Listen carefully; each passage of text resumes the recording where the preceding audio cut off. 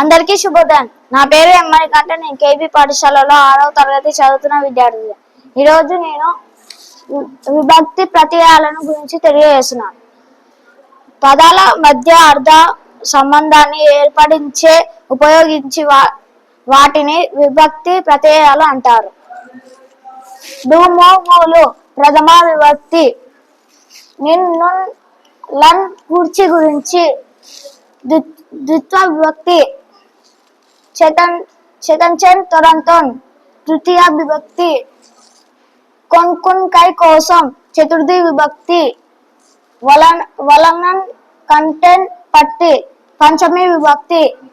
కిన్, కున్, యొక్క, లోన్, లోపల షష్ఠి విభక్తి. అన్, దున్, నన్ సప్తమి విభక్తి. ఓ, ఓరి, ఓయి, ఓసి సంబోధన ప్రథమ విభక్తి. ధన్యవాదాలు.